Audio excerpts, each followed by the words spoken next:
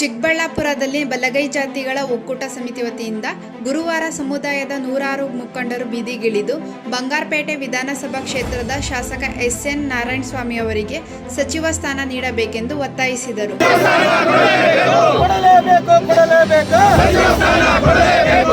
ಬಲಗೈ ಜಾತಿಗಳ ಒಕ್ಕೂಟದ ನಾಯಕರಾದ ಎಸ್.ಎನ್. ನಾರಾಯಣಸ್ವಾಮಿ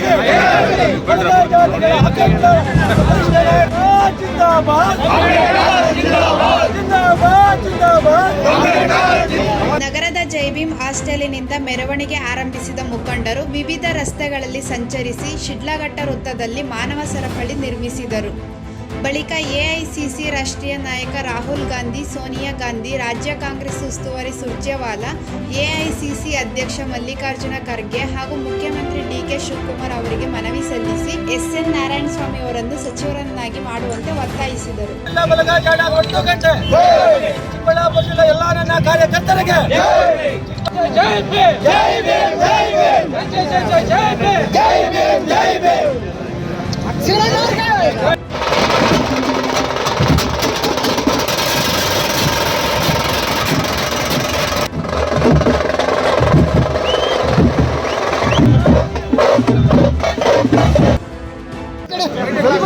ಕರ್ನಾಟಕ ಸರ್ಕಾರದ ಮುಖ್ಯಮಂತ್ರಿಗಳಾದ ಡಿ.ಕೆ. ಶಿವಕುಮಾರ್ ಸಾಹೇಬ್ರೆ, ನ್ಯಾಷನಲ್ ಕಾಂಗ್ರೆಸ್ನ ಉಸ್ತುವಾರಿಗಳು ಸುರ್ಜೇವಾಲಾರವರೇ, ರಾಹುಲ್ ಗಾಂಧಿ ಅವರೇ, ಸಿದ್ದರಾಮಯ್ಯ ಅವರೇ, ಸೋನಿಯಾ ಗಾಂಧಿ ಅವರೇ, ನಿಮಗೆ ಒಂದು ಎಚ್ಚರಿಕೆ ಗಂಟೆಯನ್ನು ಬಾರಿಸೋದಕ್ಕೆ ಇಷ್ಟಪಡ್ತಾ ಇದ್ದೀವಿ.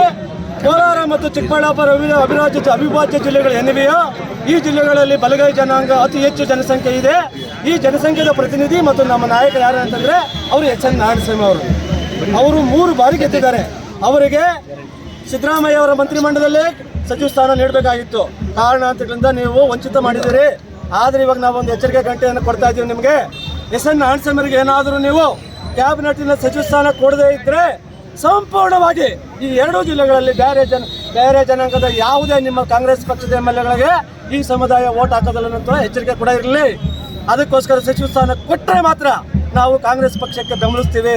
ಕಾರಣ ಯಾಕಂತಂದ್ರೆ ಈ ಸಮುದಾಯಗಳನ್ನ ಪೋಷಣೆ ಮಾಡ್ತಕ್ಕಂಥದ್ದು, ಈ ಸಮುದಾಯಗಳ ನಾಯಕತ್ವ, ಈ ಸಮುದಾಯದ ನಮ್ಮ ನಾಯಕರು ಏಕೈಕ ಎಸ್.ಎನ್. ನಾರಾಯಣಸ್ವಾಮಿ ಅವರಿಗೆ ಸಚಿವ ಸ್ಥಾನ ಕೊಟ್ಟರೆ ಕರ್ನಾಟಕ ರಾಜ್ಯ ಪೂರ್ತಿ ಚಿಕ್ಕಬಳ್ಳಾಪುರ ಜಿಲ್ಲೆ, ಕೋಲಾರ ಜಿಲ್ಲೆಯಿಂದ ಹಿಡಿದು ಕಾಂಗ್ರೆಸ್ ಪಕ್ಷಕ್ಕೆ ಬೆಂಬಲಿಸ್ತೀವಿ ಅಂತ ಹೇಳಿ ಒಂದು ಸಂದೇಶವನ್ನು ರವಾನೆ ಮಾಡೋದಕ್ಕೆ ಈ ಪ್ರತಿಭಟನೆಯಿಂದ ಸಾಮರಸ್ಯ ಪ್ರತಿಭಟನೆ ಸ್ವಾಮಿ ಇದು ಬೃಹತ್ ಪ್ರತಿಭಟನೆ, ಸಾಮರಸ್ಯ ಪ್ರತಿಭಟನೆ.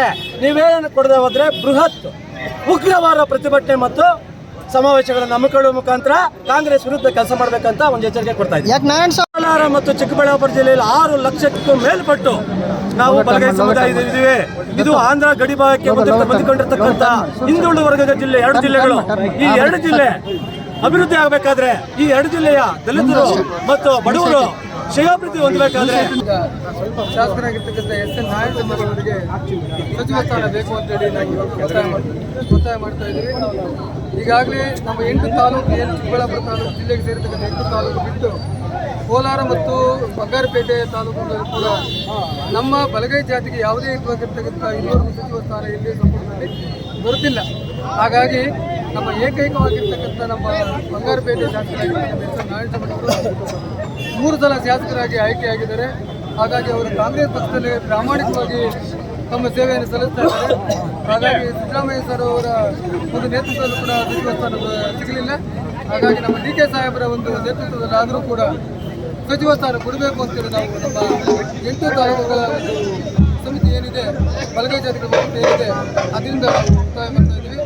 ನಮ್ಮ ಡಿ.ಕೆ. ಸಾಹೇಬರ ನೇತೃತ್ವದಲ್ಲಿರ್ತಕ್ಕಂಥ ಸರ್ಕಾರದಲ್ಲಿ ಈಗಲಾದರೂ ಕೂಡ ನಮ್ಮ ಹಿರಿಯರಾಗಿರ್ತಕ್ಕಂಥ ನಮ್ಮ ಸಮುದಾಯದ ನಾಯಕರು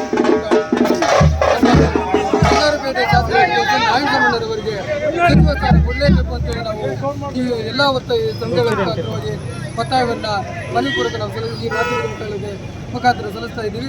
ದಯವಿಟ್ಟು ತಾವು ಸಂಪುಟ ಸಭೆಯಲ್ಲಿ ಸಂಪುಟ ಸ್ಥಾನದಲ್ಲಿ ನಮಗೆ ಒಂದು ಸಚಿವ ಸ್ಥಾನವನ್ನು ಹಿರಿಯರಾಗಿರ್ತಕ್ಕಂಥ ನಾರಾಯಣಸ್ವಾಮಿಯವರಿಗೆ ಕೊಟ್ಟರೆ ನಮ್ಮ ಸಮುದಾಯದ ಮುಂದಿನ ಸರ್ಕಾರಕ್ಕೆ ನಮ್ಮ ಸಮುದಾಯದಲ್ಲಿ ಒಳ್ಳೆಯ ಒಂದು ಬೆಲೆ ಇರ್ತದೆ. ಸರ್ಕಾರಕ್ಕೆ, ಕಾಂಗ್ರೆಸ್ ಸರ್ಕಾರಕ್ಕೆ ನಮ್ಮ ಕರ್ನಾಟಕ ಬಲಗೈ ಜಾತಿಗಳ ಒಕ್ಕೂಟ ಏನಿದೆ ಅದರ ಒಂದು ಬೆಂಬಲ ಇರ್ತದೆ ಅಂತ ಹೇಳೋಕ್ಕೆ ಇಷ್ಟಪಡ್ತೀನಿ. ನಾವು ದಯವಿಟ್ಟು ಡಿ.ಕೆ. ಸಾಹೇಬರು ನೇತೃತ್ವದ ಸರ್ಕಾರ ಏನು 20 ಜನ ಸಚಿವ ಸ್ಥಾನ ಬಾಕಿ ಇದೆ. ಅದರಲ್ಲಿ ನಮ್ಮ ನಾಯಕರಾಗಿರ್ತಕ್ಕಂಥ ಬಲಗೈ ಜಾತಿಯ ಒಕ್ಕೂಟಗಳ ಒಂದು ಹಿರಿಯ ನಾಯಕರು ಮತ್ತು ಸಮುದಾಯದ ಹಿರಿಯರಾಗಿರ್ತಕ್ಕಂಥ ಪ್ರಾಮಾಣಿಕ ವ್ಯಕ್ತಿ ಮತ್ತು ಸರಳ ಜೀವಿಯಾಗಿರ್ತಕ್ಕಂಥ ನಮ್ಮ ಎಸ್ ಎನ್ ನಾರಾಯಣ ಸಮುದಾಯ ಬಂಗಾರಪೇಟೆ ಎಸ್ ಎನ್ ನಾರಾಯಣ ಸಮುದಾಯದವರಿಗೆ ಸಚಿವ ಸ್ಥಾನ ಕೊಡಲೇಬೇಕು ಅಂತೇಳಿ ಈವರೆಗೆ ಎಲ್ಲ ಸಮುದಾಯಗಳ ಪರವಾಗಿ ನಾನು ಒಂದು ಇವತ್ತು ಒತ್ತಾಯಪೂರ್ವಕ ಮನವಿಯನ್ನು